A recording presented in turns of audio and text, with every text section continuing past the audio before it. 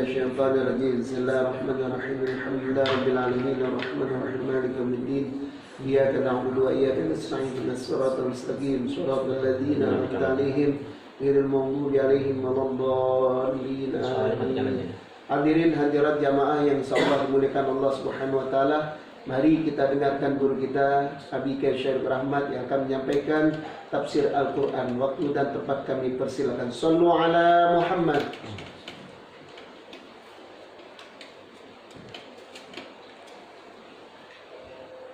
Assalamualaikum warahmatullahi wabarakatuh. Waalaikumsalam. Alhamdulillah wassalatu wassalamu ala Rasulillah wa ala alihi wa ashabihi wa man tabi'ahu wa wala. Rabbi shrah li sadri wa yassir li amri wahlul 'uqdatam min lisani yafqahu qawli. Subhanaka la 'ilma lana illa ma 'allamtana innaka antal 'alimul hakim. Amma ba'du. Pimpinan Holistik yang mulia Bapak Raden Ardiansyah serta segenap keluarga besar Holistik, hamba-hamba Allah yang berkenan bergabung pada petang hari ini. Pada saat ini kita akan membaca kembali ayat 172 dari surah Al-Baqarah. Ayat 172 dari surat Al-Baqarah. A'udzu billahi minasy syaithanir rajim. Bismillahirrahmanirrahim.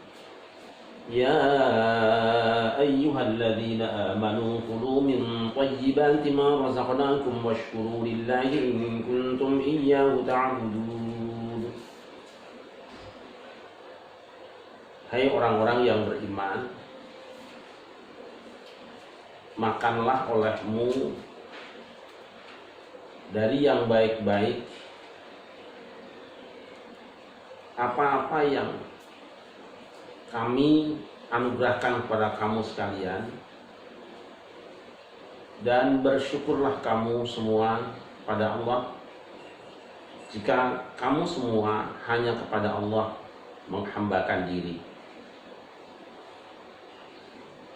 Seperti sudah sering saya sampaikan bahwa apabila ada ayat yang dimulai dengan nida, baik itu ya ayyuhalladzina amanu, ya ayyuhan nas, maupun yang lainnya, ya ahlul kitab, ya ayyuhal kafirun, maka di belakangnya akan diikuti dengan salah satu dari tiga kemungkinan. Yang pertama, ada perintah yang patut dilaksanakan.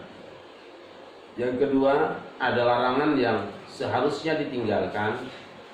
Dan yang ketiga, ada pelajaran yang harus dijadikan renungan. Kemudian juga yang kedua, setiap nida dia berlaku hanya kepada mukhatabnya. Satu khitab hanya berlaku dan diterapkan kepada mukhatabnya. Satu seruan hanya berlaku kepada orang yang diserunya. Jika yang diseru itu adalah ya ahlal kitab, maka isi seruan tadi hanya berlaku kepada ahlal kitab.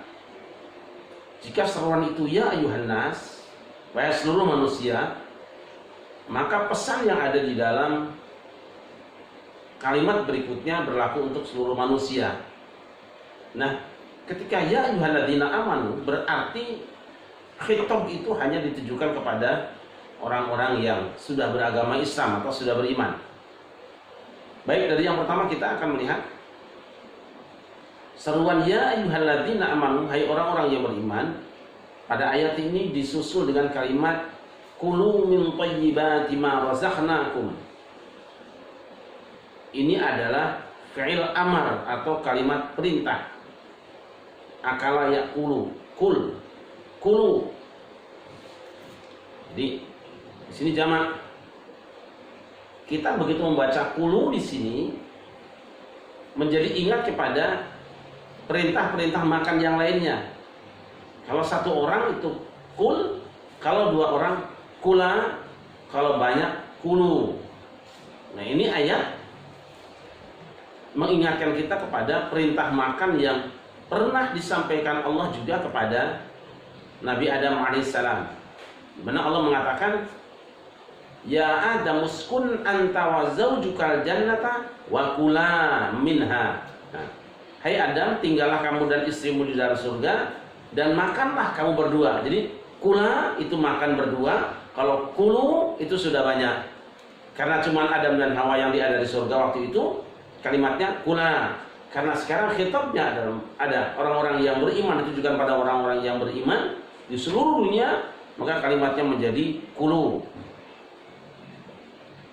Menurut asalnya, kata perintah itu menunjukkan kepada wajib. Ketika Allah perintahkan, hai orang yang beriman, makanlah kamu. Nah, secara singkat, maka kalimat tadi akan dipahami sebagai kamu wajib makan.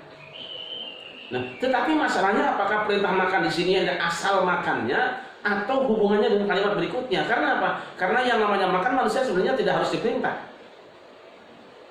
Perhatikan di sini, yang namanya makan manusia tidak harus diperintah, pasti dia pengen makan karena dalam dirinya ada potensi, ada awat basyariyah yang kecenderungan untuk makan, minum, tidur, berhubungan dan sebagainya, itu ada dalam potensi manusia.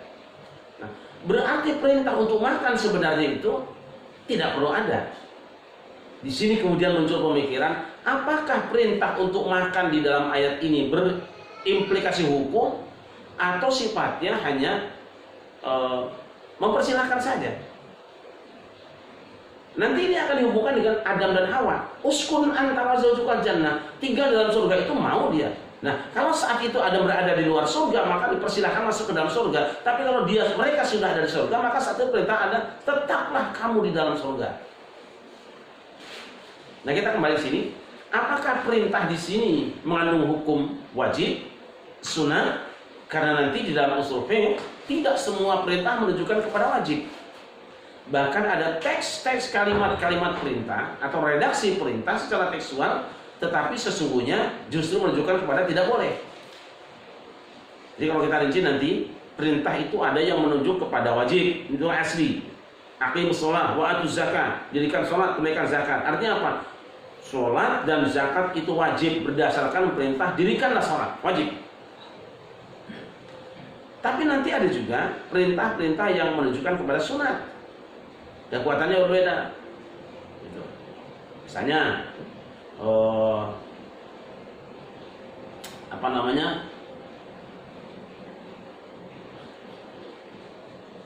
di dalam sejumlah hadis disebutkan, misalnya kalimatnya mengatakan, kuntu nahaitukum an ziyaratil quburi fazuruha. Nah, fazuruha itu oleh sebagian ulama dikatakan sebagai sunat. Kenapa? Karena ada belakang menunjuknya. Fa innaha tudzakirul akhirah. Itu menunjukkan akhirat. Mengingatkan akan datangnya hari akhirat. Nah, kita kembali supaya tidak terlalu panjang di sini. Kulu di sini apakah menunjukkan kepada wajibnya makan, kepada sunatnya makan, atau berhubungan dengan yang di belakangnya? Seruan ya ayyuhalladzina amanu itu berhubungan dengan belakangnya. Yang mana? Minat thayyibati ma razaqnakum. Jika dihubungkan min thayyibati ma razaqnakum, maka perintah itu menjadi wajib, kaitannya bahwa yang boleh kita makan itu hanya yang thayyibat saja. Jadi tidak sembarangan kulu tidak. Kalau dalam kisah Adam, fakula minha ragadan haitsu syi'tuma wa la taqraban. Nah, sebetulnya ketika ada wa la taqrabu hadhihi syajarata, di situ sudah menunjukkan ada makanan yang tidak boleh dimakan. Yang tidak boleh dimakan itu namanya haram. Maka di sini ayat mengatakan kulu min thayyibati ma razaqnakum, makanlah olehmu yang thayyibat, yang baik-baik, yang secara hukum dia adalah halal hukumnya karena proses mendapatkannya dibenarkan oleh syariat. Saya tidak akan kemudian membahas panjang-panjang tentang thayyibat itu menurut higienis, ilmu kesehatan, ilmu makanan dan sebagainya. Apalagi kalau thayyibnya itu kuliner, itu ya beda saja kita. Kemudian perintah kita untuk makan yang thayyibat saja disusul dengan washkuru lillah. Washkuru lillah, dan bersyukurlah kamu semua kepada Allah. Perhatikan di sini. Antara makan dan syukur, rendeng. makan yang thayyiban, syukur kepada Allah. Rendeng ini. Sekurangnya ada 2 pesan di sini. Yang pertama, bahwa perintah untuk makan, izin untuk menikmati anugerah Allah, ma razaqnakum. Perhatikan, ma razaqnakum. Ini supaya kita tidak sombong. Apa yang kita makan itu bukan hasil kerja kita, ma razaqnakum. Rizki yang Allah berikan pada kamu, kami berikan pada kamu. Supaya jangan ada orang yang merasa bahwa kalau yang dia bisa kaya, bisa makan, bisa menikmati hidup mewah itu adalah dari kerja keras dia. Bukan kerja keras dia. Aslinya razaqnakum, Allah yang merezekikannya. Ini keyakinan harus dipegang, karena banyak orang yang bekerja keras tapi duitnya juga tidak banyak. Ada orang yang kelihatannya sembarangan saja, tahu-tahu jadi orang kaya mendadak tiba-tiba dapat apa begitu. Nikmati dulu anugerah Allah, makan dulu nikmat dari Allah. Setelah itu washkurulillah, bersyukurlah kamu kepada Allah. Seakan-akan bahwa orang tidak perlu bersyukur kalau sama sekali belum pernah mendapat nikmat dari Allah. Saya akan lanjutkan setelah itu, kembali ke razaqnakum dulu. Di sini kita washkurulillah kepada Allah. Allah itu esa. Tapi di sini digunakan nahnu, kami. Padahal yang dimaksud dengan kami juga adalah Allah.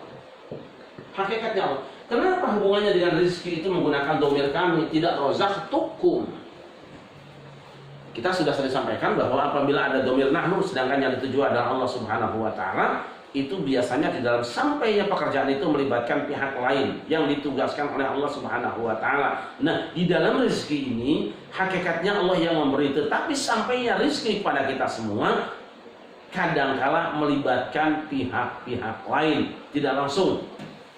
Ada yang sampainya rezeki itu lewat kerja di perusahaan. Ada yang sampainya rezeki itu lewat kita menjadi pengemudi. Ada yang sampainya rezeki pada kita itu lewat kita berdagang. Ada yang lewat bertani, melibatkan tukang pupuk dan lain sebagainya. Artinya, dhamir nahnu di sini sampainya rezeki pada kita semua itu melibatkan orang lain. Maka, di sini, jika rezekimu ingin besar, perbanyaklah rekanmu di dalam mencari rezeki. Pelayan kalau bahasa sekarang itu.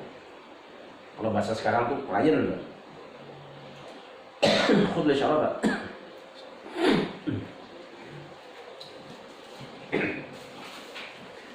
Nah, proses mendapatkan rezeki sampai pada kita itu ada adalah dengan melibatkan pihak lain.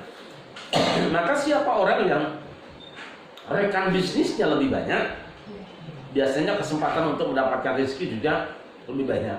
Nah, kalau kita jualan bakso, pelanggannya cuma 3 saja, itu saja. Sedangkan kita bikinnya 1 kilo. Apa? Dibagi minumnya. Kalau di FL biasanya sudah ada minumnya langsung, ada kopinya juga. Ini di rumah malah tidak ada. Kita ulangi. Kenapa ketika berbicara rezeki Allah menggunakan dhamir nahnu, padahal yang dituju dia juga. Yang kami rezekikan pada kamu semua. Itu mengisyaratkan bahwa sampainya rezeki kepada kita itu melalui banyak jalan dan tidak langsung. Ya, sudah.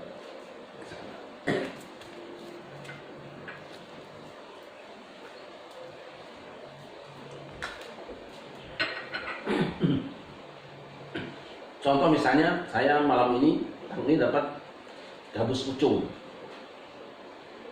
dari pos logistik. Untuk sampainya gabus pucung di sini, sampai nanti saya suap itu, rizki menikmati gabus pucung itu bukan 1 orang, bukan gabusnya dari Empang langsung naik ke sini. Dia melewati tukang ngambil ikan, kemudian yang jualan di pasar, tambah lagi nanti bumbunya itu tukang bumbu di pasar, lalu dipotong oleh rumah makan. Saya tidak tahu rumah makan apa kalau bicara gabus pucung itu. Kalau di sini ada di Kasta itu. Kalau di Bekasi biasanya Haji Rindon, paling terkenal itu. Sudah berapa orang itu? Itu belum lagi Dari mana beli korek apinya? Itu belum lagi dari mana beli garamnya, beli gulanya, beli pucungnya, keluaknya itu dari mana? Jadi sampainya gabus pucung yang begitu enak, ini baru dugaan karena belum saya cicipi kan, baru dugaan tapi yakin berdasarkan pengalaman. Bisanya sampai ke mulut saya rezeki gabus pucung yang enak itu sudah melibatkan banyak orang, maka gunakan domir nahnu. Yang kedua, digunakannya domir nahnu supaya kamu semua umat manusia jangan pernah berpikir rezeki itu sempit, pintunya banyak. Jika kamu gagal di sini, mungkin ada di sini. Masih ada tempat yang lain. Luar biasa. Tapi pasti Allah beri rezeki. Jadi gunakan domir nahnu. Kita jangan pernah merasa bahwa rezeki yang kita nikmati itu kita sendiri, tidak, melibatkan banyak orang. Dan saya ingatkan kita semua, di antara doa yang mustajab itu adalah dakwatul fuqara. Kalau kita mau sombong sekarang menghina orang kampung, wong desa, itu nasi yang kita makan ya, kalau kita tidak menikmatinya, kita kemudian sakit lambung kita. Itu sambal tuh ya, yang asalnya cabai yang kita makan, yang kita kadang-kadang kurang puas kalau tidak nyolek itu kerjaan wong desa, itu kerjaan orang kampung itu. Mana jenderal yang nanam padi? Jadi sebenarnya kita sangat butuh dengan fakir miskin. Kita butuh dengan orang-orang kecil. Sebab tanpa mereka kita tidak akan bisa apa-apa. Dan ini kata Nabi, di antara doa yang mustajab adalah da'watul fuqara, doanya orang-orang fakir. Nanti kita akan sambungkan lagi. Nah, silahkan kamu nikmati, baru setelah itu bersyukur padaku.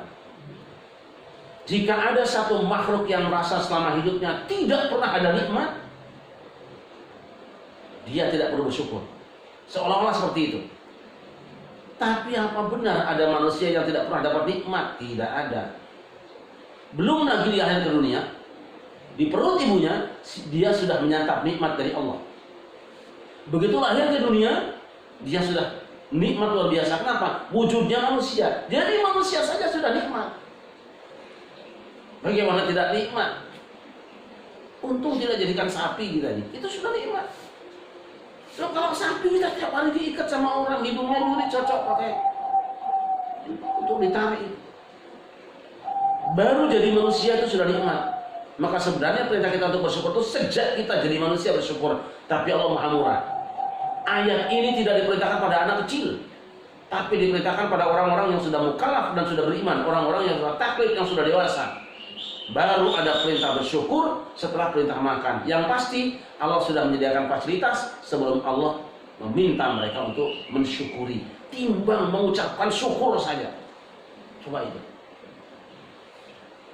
Nah, ayat ini kemudian biasanya bersahabat dengan ayat yang satu. Kalau dibahas oleh para ulama biasanya makanan Nabi ini kan Al-Baqarah 172.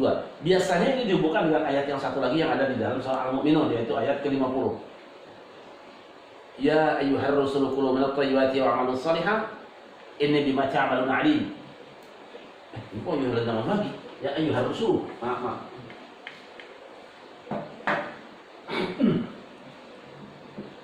Ini kalau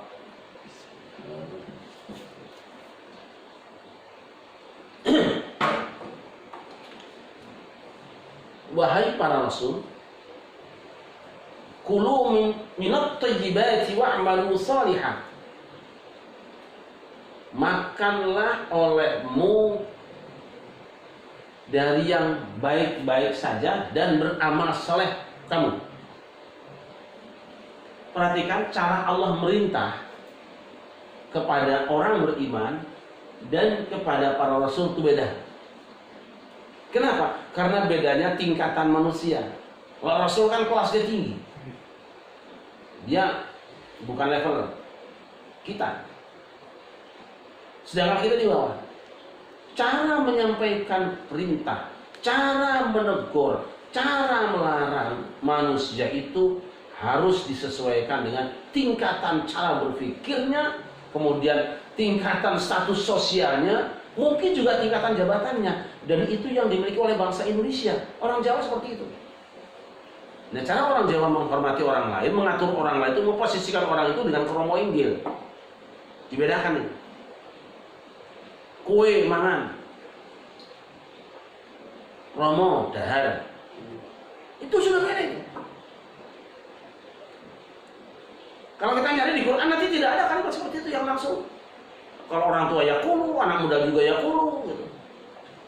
Nah, kemudian ketika membedakan antara kita mengatakan bahwa Allah berfirman, Nabi bersabda, Pak Guru dawuh gitu. Lu ngomong. Nah, itu ngomong, dawuh, bersabda dan berfirman tuh artinya sama. Kalau dalam Quran kola semua. Nah, pengalihan terjemahan yang berbeda itu budaya kita, jangan disalah-salahkan. Nanti anak saya terjemahan Quran, qala Allah Ta'ala, Allah ngomong. Ya Quran aja itu. Pasti tidak enak. Nah, kembali ke sini saja supaya nggak berpanjang, nanti itu bahasannya dengan budaya kita, hubungannya dengan syariat Islam. Karena sekarang banyak orang yang menyalah-nyalahkan budaya Nusantara karena dianggap berbeda dengan budaya yang sama. Ini urusan budaya berbeda. Kembali, perintah Allah kepada kalimat perintah Allah kepada orang yang beriman dan kepada Rasul berbeda. Perhatikan, hai orang yang beriman, makanlah olehmu dari thayyibat yang kami rizkikan pada kamu. Kami rizkikan pada kamu. Jadi Allah sebutkan itu. Kenapa? Karena orang beriman tidak semuanya sadar bahwa rezeki itu dari Allah. Masih disebutkan dari kami. Itu kiriman kami itu.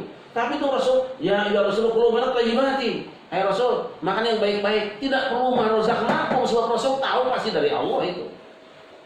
Rasul sadar semua, orang-orang kelasnya tinggi kok.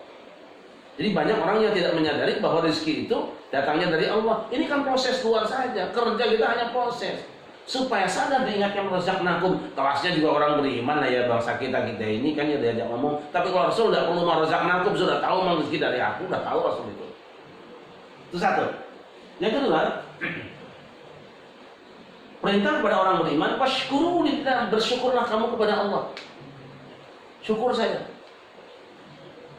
Syukur itu kan ada ya kalanya dengan ucapan, ada kalanya dengan rasa gembira di hati, ada kalanya juga dengan amal perbuatan, dengan cara menggunakan nikmat yang Allah berikan itu untuk yang jadi dari Allah. Jadi makanlah, syukurlah, bersyukurlah kamu. Tapi untuk para Rasul tidak. Wa'malu sholihah. Jadikanlah kamu yang apa yang kami berikan pada kamu dan kamu makan itu, jadikan dia sebagai sarana kamu beramal saleh, gitu loh bahasanya. Bukan lagi syukurlah kalimatnya. Kalau syukur artinya alhamdulillah, ada syukurlah. Seolah-olah Allah mengatakan kalau untuk orang awam dia baca alhamdulillah aku terima, tapi kelas kamu kiai tidak cukup alhamdulillah kamu itu.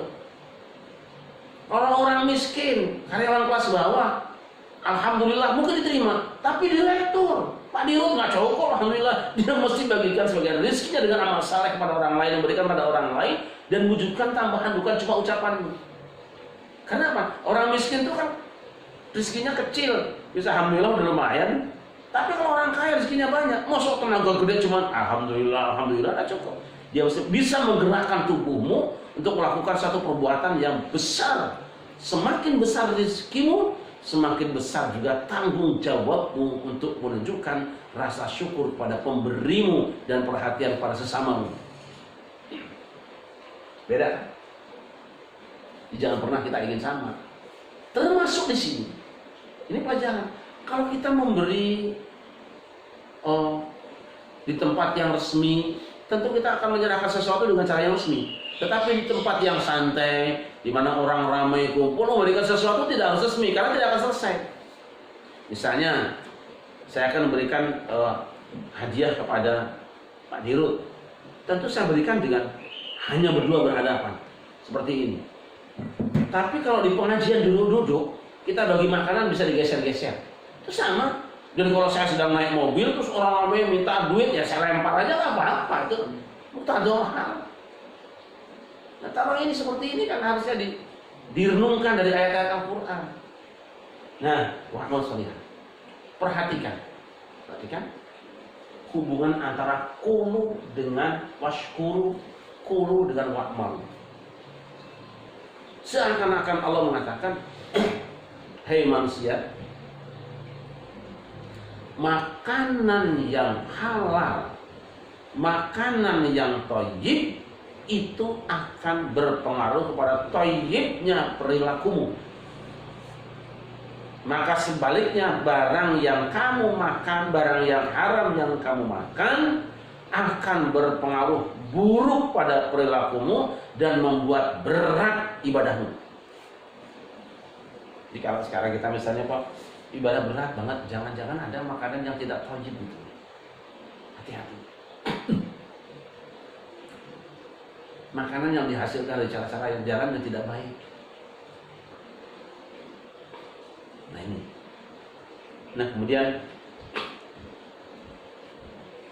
saya ingat hadis. Hadisnya agak panjang, sebetulnya sudah berulang-ulang, tapi ini memang penting diulang-ulang supaya kita tidak lupa dan terus diperbaharui kesadaran kita di dalam mengamalkannya. Hadisnya sudah populer. Innallaha thayyibun la yaqbalu illa thayyiban wa innallaha amara mu'minin bima amara bihi al-mursalin. Faqala ya ayyuhalladzina amanu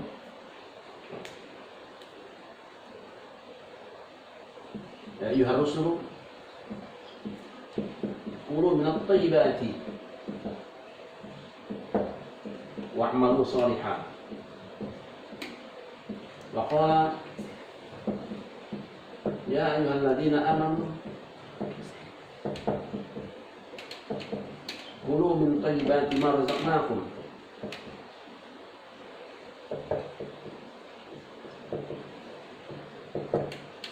Ini kecuali kayaknya. Thumma dzakara ar-rajula yutilu safar ash'asa aghbara yamuddu yadayhi ila as-sama'i ya rabbi ya rabbi wa mat'amuhu haramun wa mashrabuhu haramun wa malbasuhu haramun wa ghudhiya bil harami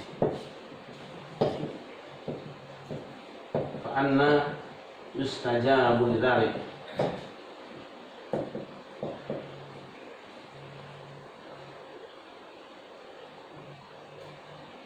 Rawahu Muslim.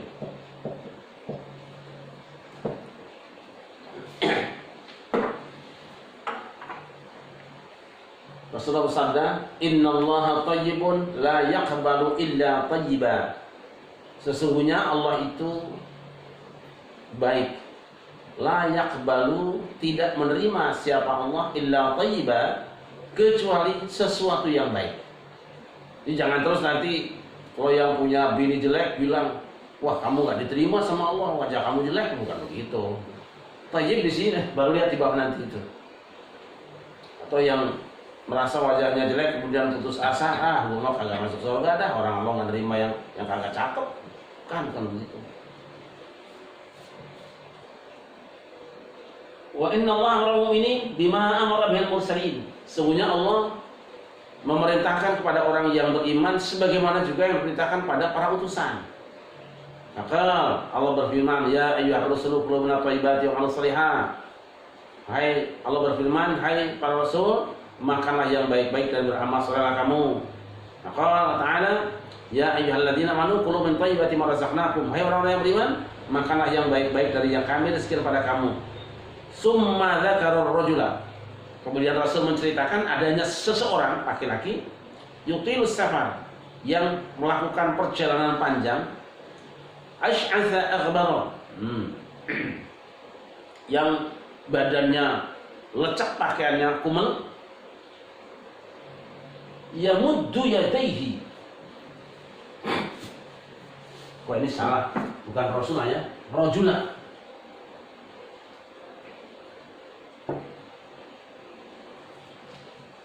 Mengangkat kedua tangannya, artinya berdoa. Ila sama ke langit. Ini kan pelajaran kalau mau doa itu angkat tangan ya. Tidak wajib. Kalau bagi yang stroke nggak usah. Angkat tangan. Dia berkata, ya Rabb, wahai Tuhan, wahai Tuhan. Sudah benar. Jadi ini tuntunan. Kalau berdoa, angkat tangan, pakai Rabb. Ya Rabb, Rabbana ya Rabbi. Wa mat'amuhu haramun. Tapi makanannya haram. Wa mashrabuhu haramun, minumannya haram. Wa malbasuhu haramun, bajunya juga baju kampanye, baju haram. Ya kan? Orang kampanye kan rawan haram karena yang didukung itu yang ngasih baju, bukan yang cocok. Hati-hati yang punya kaos-kaos tim sukses itu. Haram. Wa ghudhiya bil harami, dan dikenyangkan dengan barang-barang haram. Fa anna yustajabu lidzalik, fa anna yustajabu lah, di teks lain. Bagaimana mungkin doanya akan diijabah? Kenapa? Nah ini bayangkan ya, orang yang ash'asa yutil safar, orang yang bepergian itu termasuk di antara mereka yang mustajab doa. Orang yang bepergian itu mustajab doanya. Kemudian ditambah lagi dengan sudah miskin, orang miskin itu da'watul fuqara itu mustajab. Ini miskin bepergian, ngangkat tangan lagi, baca ya Rabbi lagi. Wah, mustajab banget itu. Jadi kalau minta didoakan, jangan minta doakan sama orang keren-keren. Kita kan enggak, bukan tidak baik ya. Minta doakan sama kiai, minta doakan sama habib, minta doakan sama ulama, minta doakan sama orang yang kaya. Pikiran kita begini, kalau minta doain sama orang kaya kan jadi kaya, sebab dia juga udah jadi itu. Dia dulu pernah berdoa supaya jadi orang kaya, sekarang saya minta doain, Pak, doain saya kaya juga, sebab ketularan. Yang nular itu kalau virus corona, kalau kaya enggak nular. Ya kan itu. Walaupun nggak jaga jarak juga sama aja, kekayaan mah biar dekat juga belum tentu kaya kita. Jadi persyaratan untuk diijabah doa itu lengkap semua. Miskin, safar, doa, memenuhi syarat, sudah. Cuman sayang, mat'amuhu haram, makanannya haram, minumannya haram, pakaiannya haram, kenyang berharam. Maka fa'anna yustajabu lah, fa'anna yustajabu lidzalik. Bagaimana mungkin doanya akan diterima? Semua persyaratan untuk diijabah doa sudah ada, tetapi hambatan-hambatan yang bisa menghambat diijabahnya doa kita lupakan. Nah, berarti yang dimaksud dengan thayyib di sini adalah halal, lawan dari haram. Siapa orang yang makan barang haram, ruginya apa? Satu, badannya berat diajak beribadah. Ya, sulit bersyukur. Ayo coba, ada nggak orang menang judi? Alhamdulillah. Nggak bakalan.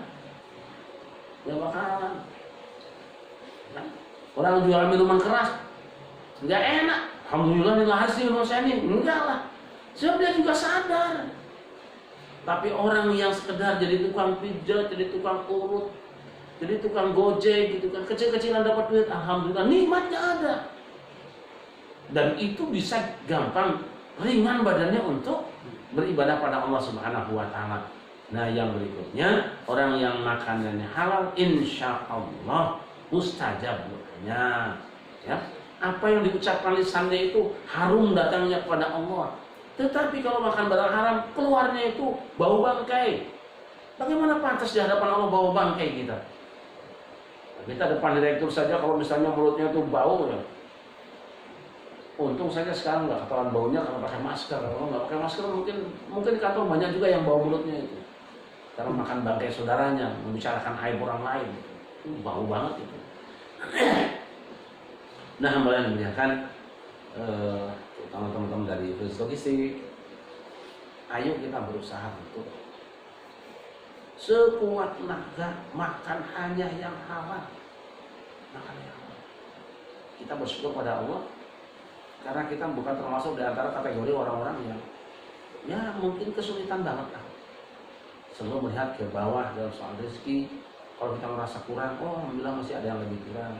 Tapi kalau ibadah kita harus melihat ke atas.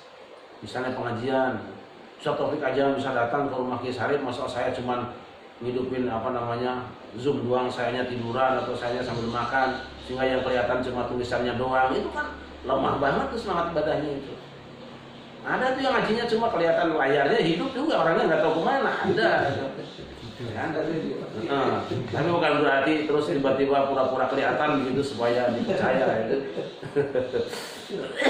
Itu biasa saja lah ya. Kita juga maklumi lah. Yang ketawa itu sebetulnya baru menyadari gitu bahwa dia ketahuan gitu. Baik, saya kira ini kaji kita hari ini sudah bisa ya. Saya mohon maaf agak lambat tadi karena ada suatu gangguan. Mudah-mudahan teman-teman sehat semuanya, Pak Dirut sehat, Saudara sehat, kasat kita terus digunakan oleh Allah Subhanahu wa Ta'ala. Saya ingin sekali main ke kantor, tapi ya takut malah mengganggu karena tugas saya bukan di kantor. Iya, saya kira. Mohon maaf. Assalamualaikum warahmatullahi wabarakatuh.